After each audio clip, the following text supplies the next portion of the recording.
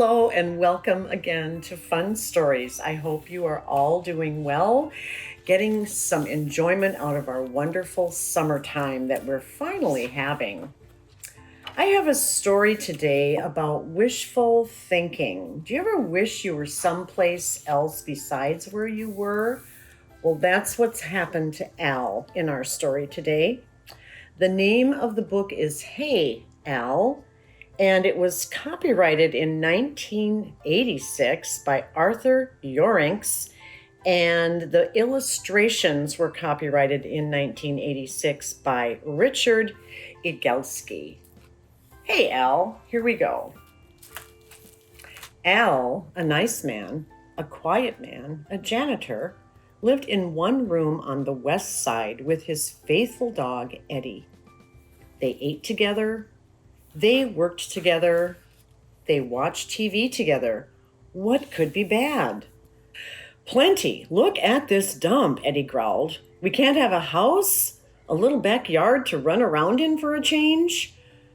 Oh, sure, Al snapped. Today it's a house you want. Tomorrow, who knows? Maybe the moon? The moon, Eddie howled. Pigeons live better than us.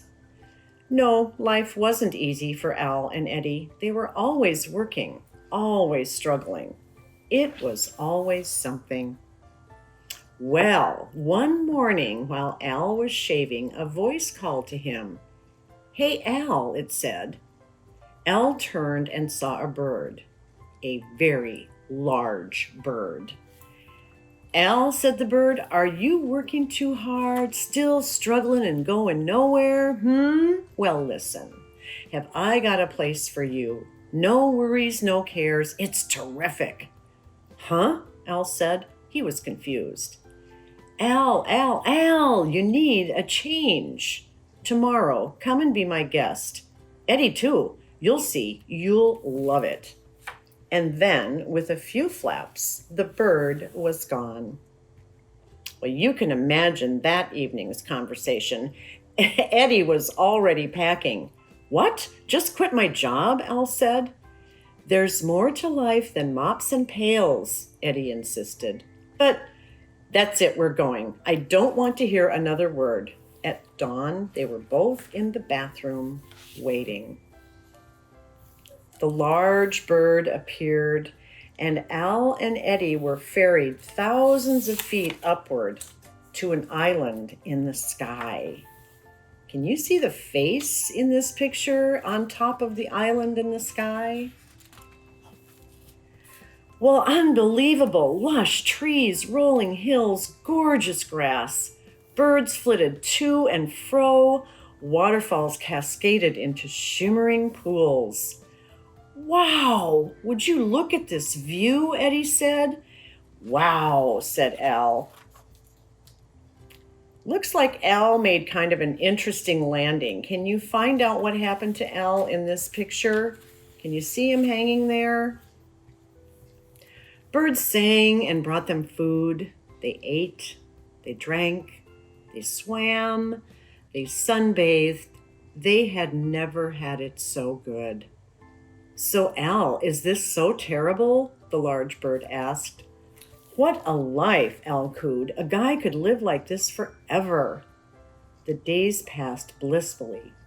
As memories of their old life slowly faded, Al and Eddie decided that this was ecstasy.